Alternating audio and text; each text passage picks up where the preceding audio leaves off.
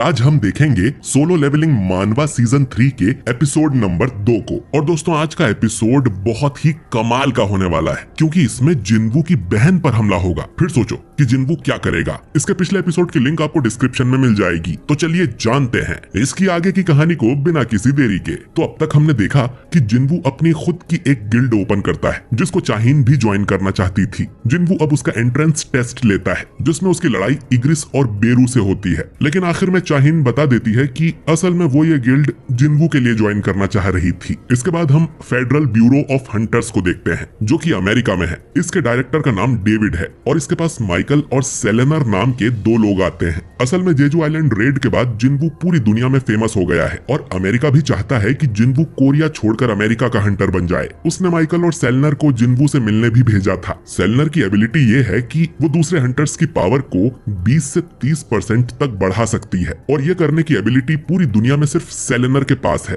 और उसे अपग्रेडर भी कहते हैं। जैसा कि हम जानते हैं कि एक बार अवेकन होने के बाद कोई भी हंटर अपनी पावर को बढ़ा नहीं सकता सिर्फ जिन्वू को छोड़कर। तो ये लोग हंटर्स की पावर बढ़ाने का लालच देते हैं और उन्हें अमेरिका का हंटर बना लेते हैं। डोंगसू भी इसी लालच में अमेरिका का हंटर बना था। अब इस प्रोसेस को करने के लिए जब सेलेनर जिन्वू की आंखों में देखती है तो एक अंधेरी जगह पर पहुंच जाती है जिसमें दो आंखें उसे देख रही थी। इससे सेलेनर बुरी तरह से डर जाती है क्योंकि ऐसा पहले कभी नहीं हुआ था। कहानी वापस प्रेजेंट में आती है जहां डेविड इनसे पूछता है कि तुम लोग जिन्वू को लाने में कामयाब हुए कि नहीं। तो माइकल बताता है कि नहीं सर, क्योंकि जिन्वू असल में एक किंग है।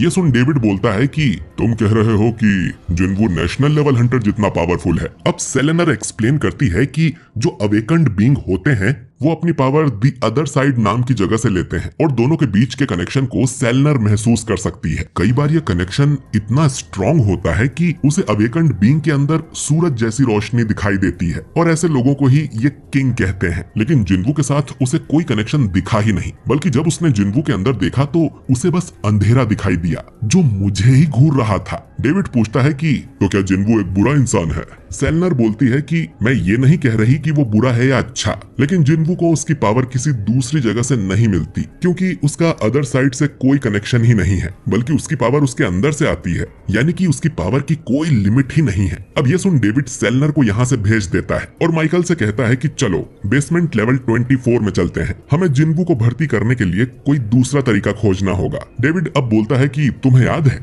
जब दुनिया का सबसे पहला एस रैंक गेट खुला था तब क्या हुआ था? माइकल बताता है कि हाँ, उस डंजन ब्रेक से बहुत ज्यादा तबाही हुई थी। अमेरिका ने दुनिया भर के सबसे ताकतवर हंटर्स को हायर किया था और उन्हें ढेर सारा पैसा भी ऑफर किया था ताकि डंजन बॉस को मार के गेट बंद किया जा सके। लेकिन उन सब में से सिर्फ 5 हंटर्स ही जिंदा बच के वापस आए थे और फिर उन 5 हंटर्स को एक देश के बराबर की अथॉरिटी दी गई थी और यहीं से नेशनल लेवल हंटर्स के टाइटल का जन्म हुआ था। और दोस्तों इस डंजन का बॉस था कमिश द ड्रैगन, जिसने अकेले ने सैकड़ों हंटर्स को मार गिराया था। डेविड अब माइकल को एक कमरे में लेके जाता है और उसे एक र्यून स्टोन दिखाता है जो कि इन्हें उस ड्रैगन की लाश से मिला था। उस रेड को 8 साल बीत गए हैं लेकिन अभी तक इन्हें कोई मेज टाइप नेशनल लेवल हंटर नहीं मिला है जो कि इस र्यून स्टोन को यूज कर पाए। तो ये स्टोन इस बेसमेंट में इंतजार कर रहा है अपने असली मालिक के आने का। और हम यहाँ पर उस ड्रैगन की लाश को भी देखते हैं जो कि साइज में बहुत बड़ी थी। कहानी अब वापस जिन्वू पर आती है जिसे चाहीन ने बताया था कि वो उसे लाइक करती है।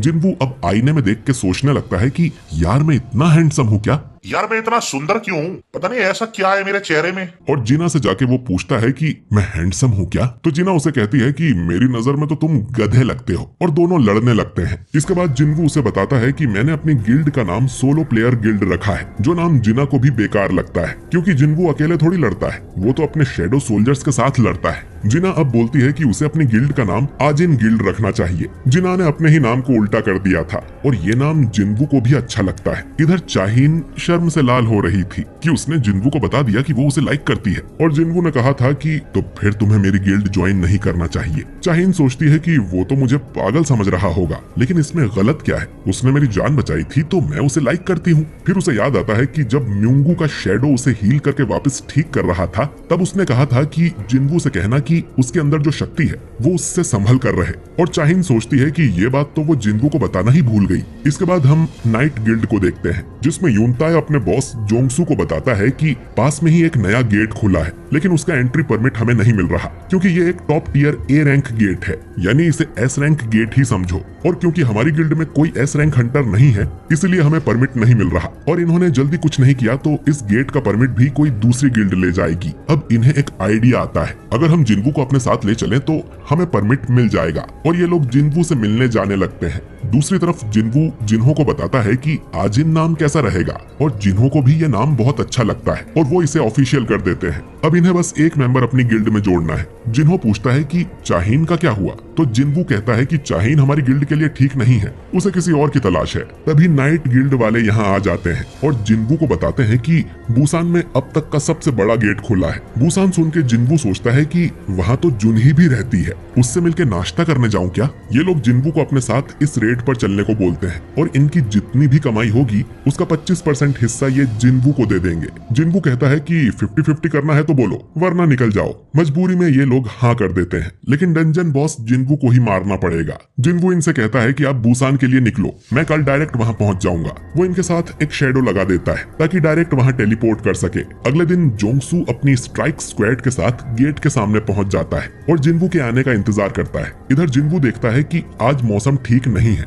क्या पता जिन्हा अपने साथ छाता लेकर गई है कि नहीं। इसके बाद जिन्वू अपनी शेडो एक्सचेंज करके रेड वाली जगह पर टेलीपोर्ट हो जाता है। दूसरी तरफ हम जिना के स्कूल को देखते हैं जिसमें 3 स्टूडेंट्स को एक कमरा साफ करने भेजा गया था। ये देखते हैं कि इस कमरे में तो एक गेट खुला हुआ है। एक बच्चा कहता है कि डरने की बात नहीं है, ये गेट हाल ही में ओपन हुआ होगा और इसके अंदर सिर्फ हंटर्स ही जा सकते हैं और बाहर कोई मॉन्स्टर नहीं आ सकता। दूसरा स्टूडेंट बोलता है कि लेकिन ये कमरा तो पूरे सेमेस्टर से बंद पड़ा है, तो पता नहीं कि ये गेट कितने दिन पहले खुला था। और दोस्तों जैसा कि हम जानते हैं कि अगर 7 दिन तक कोई गेट बंद नहीं किया जाए तो वो ब्रेक हो जाता है और फिर उसके अंदर के मॉन्स्टर्स बाहर आ सकते हैं। इस गेट के साथ भी यही होता है, एक मॉन्स्टर का हाथ उस गेट में से निकलता है और स्टूडेंट के सिर को कुचल देता है। इसके बाद वो मॉन्स्टर बाहर आके इन तीनों स्टूडेंट्स को खत्म कर देता है। दोस्तों ये मॉन्स्टर्स भी हाई ऑर्क्स जैसे दिख रहे थे, लेकिन इनका कलर ग्रीन है, तो हम इन्हें ग्रीन ऑर्क्स कहकर बुलाएंगे। ये ऑर्क्स काफी इंटेलिजेंट हैं और इनके अंदर भी इंसानों को मारने की भूख है। इन्हें पता लग जाता है कि इस स्कूल में तो बहुत सारे इंसान हैं और ये उन्हें मारने निकल पड़ते हैं। इधर बच्चे मजे से खड़े थे और उन पर अचानक ही ये ऑर्क्स हमला कर देते हैं। इधर जिन्वू टेलीपोर्ट करके उस गेट के सामने चला गया था। वो देखता है कि अटैक स्क्वाड में 13 ए रैंक और 20 बी रैंक हंटर्स थे और ये सब मिलके अब गेट के अंदर जाने लगते हैं। इधर हंटर एसोसिएशन में एक लड़की का कॉल आता है जो बोलती है कि हमारे स्कूल में मॉन्स्टर घुस आए हैं। वो डर के मारे बाथरूम में छुपी हुई है और उसके सारे दोस्त मारे जा चुके हैं। वो ग्रीन कलर के मॉन्स्टर्स हैं। इतना कहते ही एक मॉन्स्टर लड़की को ढूंढ लेता है और उसे मार देता है। पूरे स्कूल में मौत का तांडव हो रहा था। कई सारे बच्चे भाग निकले थे, लेकिन ज्यादातर बच्चे ऊपर फंसे हुए थे क्योंकि इन ऑर्क्स ने रास्ते ब्लॉक कर दिए हैं। ये अब एक दूसरे क्लासरूम में जाते हैं और ये और भी स्टूडेंट्स को मारने लगते हैं। एक ऑर्क बोलता है कि मुझे यहाँ माना महसूस हो रहा है, यानी इनमें से कोई अवेकन्ड बीइंग है, तो सबसे पहले उसे मारो। ये लोग सोंगयी की बात कर रहे थे जो जिना के साथ खड़ी थी और जिना बस अपने भाई जिन्वू को याद कर रही थी। सोंगयी भले ही ई रैंक है, लेकिन वो इनसे लड़ने का बोलने लगती है पर जिना उसे मना करती है। ऑर्क पूछता है कि तुम इस लड़की की बात कर रहे थे, तो दूसरा ऑर्क बोलता है कि नहीं, इससे भी पावरफुल लड़की उसके बाजू में खड़ी है, यानी कि जिना। अब दोस्तों क्योंकि जिन्वू ने जिना की सेफ्टी के लिए उसकी शेडो में अपने शेडो सोल्जर्स छोड़े हुए हैं, तो वही माना ये ऑर्क्स महसूस कर रहे थे। अब ये ऑर्क सीधा जिना को मारने जाता है, लेकिन जिना की शेडो में से एक रेड ऑर्क बाहर आ जाता है और उसे बचा लेता है और ग्रीन ऑर्क को मुक्का मार के छत से बाहर फेंक देता है। जिना की शेडो में से पूरे 3 रेड ऑर्क्स बाहर निकलते हैं। जिना समझ जाती है कि ये जिन्वू ने ही किया होगा। दूसरी तरफ जिन्वू डंजन के अंदर था जहाँ उनका सामना एक ओगर से होता है, जिनके बाद इनके सामने आर्मी ऑफ अनडेड भी आ जाती है। अब अचानक ही जिन्वू को महसूस होता है कि जिना खतरे में है। वो जोंगसू से कहता है कि मुझे जाना होगा। जोंगसू बोलता है कि तुम्हारे बिना तो हम खतरे में आ जाएंगे। तो जिन्वू कहता है कि मैं अपनी जगह यहाँ किसी को छोड़ के जाऊंगा जो तुम्हारा ख्याल रखेगा। इसके बाद जिन्वू बेरू को समन करता है और उसे ऑर्डर देता है कि इंसानों को प्रोटेक्ट करो और बाकी मॉन्स्टर्स का क्या करना है ये तुम जानते ही हो। वो बेरू के साथ यहाँ 20 एंट सोल्जर्स को भी छोड़ देता है। अब क्योंकि जिन्वू 3 घंटे में सिर्फ एक बार ही टेलीपोर्ट कर सकता है तो वो सीधा टेलीपोर्ट करके जिना के पास नहीं जा सकता। जिन्वू अब भागकर गेट से बाहर जाने लगता है, लेकिन उसके सामने कुछ अनडेड मॉन्स्टर्स आ जाते हैं। जिन्वू अपनी तलवार निकाल के उन्हें मारने को तैयार था, लेकिन वो सभी अनडेड जिन्वू के सामने सिर झुका के खड़े हो जाते हैं। जिन्वू को समझ नहीं आता कि ऐसा क्यों है। वो एक नेक्रोमेंसर है, शायद इसलिए। जिन्वू गेट से निकलते ही काइसेल को बुलाता है और उससे कहता है कि जल्दी से मुझे अपनी बहन के पास ले चलो। इधर रेड ऑर्क्स ने उन तीनों ग्रीन ऑर्क्स को पकड़ के मार दिया था। जिना पूछती है कि क्या जिन्वू यहाँ पर है, तो ऑर्क उसे अपने पीछे रहने का इशारा करता है। इसके बाद हम ग्रोक्टर को देखते हैं, जो कि इस ग्रीन ऑर्क ट्राइब का लीडर है। उसे बताया जाता है कि 3 रेड ऑर्क्स इंसानों की मदद कर रहे हैं। ये सुन ग्रोक्टर गुस्सा हो जाता है। हमारे योद्धा 3 ऑर्क्स को नहीं मार पा रहे, कितनी शर्म की बात है, मैं खुद उन्हें चीर के रख दूंगा। अब ग्रोक्टर शेडो ऑर्क्स के सामने जाता है और उन्हें अपनी सोर्ड से काट देता है, लेकिन क्योंकि वो तो शेडो है तो उन्हें कुछ नहीं होता और वो फिर से ठीक हो जाते हैं। ग्रोक्टर सोचता है कि इन पर किसी ने जादू किया है, मैं इन्हें कितनी भी बार काट दूं ये फिर से ठीक हो जाएंगे। और उसके अंदर की आवाज उसे बार बार इंसानों को मारने का कह रही थी। ग्रोक्टर समझ जाता है कि ये लोग जिना को प्रोटेक्ट कर रहे हैं, तो इन पर जादू भी उसी ने किया होगा। तो वो अपने साथियों को शेडो सोल्जर्स से लड़ने का बोलता है और खुद जिना का सिर पकड़ के उसे उठा लेता है और कहता है कि अब तुम मरोगी। वो जिना को जान से मारने ही वाला था, लेकिन तभी उसे महसूस होता है कि कोई उनकी तरफ आ रहा है और वो जिना को छोड़ देता है। वो बोलता है कि कुछ इस तरफ आ रहा है, कुछ बहुत ही डरावना, सब भागो यहाँ से। और तभी स्कूल की छत तोड़ते हुए जिन्वू यहाँ आ जाता है और जिना के सिर पे हाथ रखते हुए बोलता है कि अब तुम सुरक्षित हो। अपनी बहन को खतरे में देख जिन्वू बहुत ज्यादा गुस्सा हो गया था। ग्रोक्टर बोलता है कि मैं ग्रोक्टर हूँ, रेड ब्लेड ऑर्क्स का लीडर। लेकिन जिन्वू उसकी बात बीच में ही काट देता है और कहता है कि तुम मुंह बंद करके वहीं खड़े रहो। और दोस्तों, जिन्वू गुस्से में बहुत डरावना दिख रहा था। जिना अब रोते हुए उसे गले लगा लेती है और जिन्वू उसे बोलता है कि सॉरी, मुझे देर हो गई, लेकिन अब तुम सेफ हो। वो सोंगही और बाकी स्टूडेंट्स से भी पूछता है कि वो ठीक है या नहीं। इसके बाद वो इग्रिस को समन करता है और कहता है कि तुम जिना के साथ रहो। वो और भी शेडो सोल्जर्स को बुलाता है कि इन स्टूडेंट्स को स्कूल से बाहर लेकर जाओ, और वो स्टूडेंट्स को यहाँ से खाली करवा देते हैं। अब एक ऑर्क डर के मारे कांप रहा था, तो जिन्वू बोलता है कि मैंने कहा ना, सीधे खड़े रहो। ग्रोक्टर कहता है कि अच्छा, वो ऑर्क्स तुम्हारे सोल्जर्स थे, तुम कौन हो और तुम्हें हमारी भाषा कैसे पता है?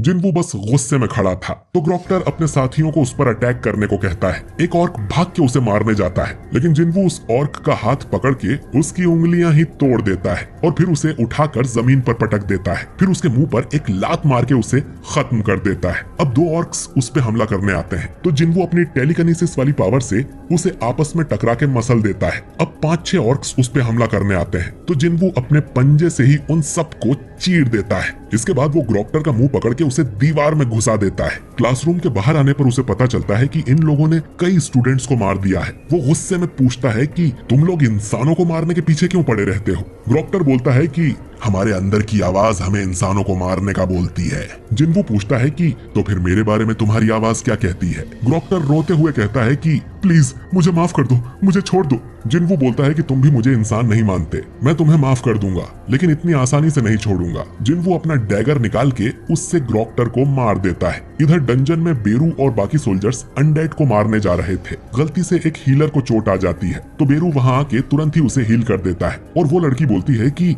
ये तो हीलिंग में मुझसे भी अच्छा है। इसके बाद इनके सामने फाइनल बॉस आ जाता है, जो था आर्क लिच। जोंगसू बोलता है कि आर्क लिच सबसे खतरनाक डंजन बॉसेस में से एक है। चाइना में आर्क लिच ने एक पूरी गिल्ड को ही खत्म कर दिया था और वहां डंजन ब्रेक हो गया था। आखिर में लिू जिगैंग ने सब कुछ संभाला था, जो कि एक नेशनल लेवल हंटर है। तो हम जैसे ए रैंक हंटर्स तो इस बॉस के सामने बिल्कुल नहीं टिक पाएंगे। अनडेड आर्मी भी इन्हें चारों तरफ से घेर लेती है और इन्हें समझ नहीं आता कि जिन्वू के बिना ये क्या करेंगे। तभी बेरू यहाँ आ जाता है, जिसे देख डंजन बॉस कहता है कि तुम तो आर्मी ऑफ शेडोज हो, किंग की पर्सनल आर्मी यहाँ हम पर अटैक करने को क्यों आई है? बेरू बोलता है कि हमें किंग ने चुना था और तुम्हें नहीं। डंजन बॉस कहता है कि ये तो नामुमकिन है, मैं खुद किंग से बात करना चाहता हूँ। लेकिन बेरू तुरंत उसके पास जाके उसके सीने में अपना हाथ घुसा देता है और बोलता है कि तुम उसके लिए जिंदा बचोगे तब ना।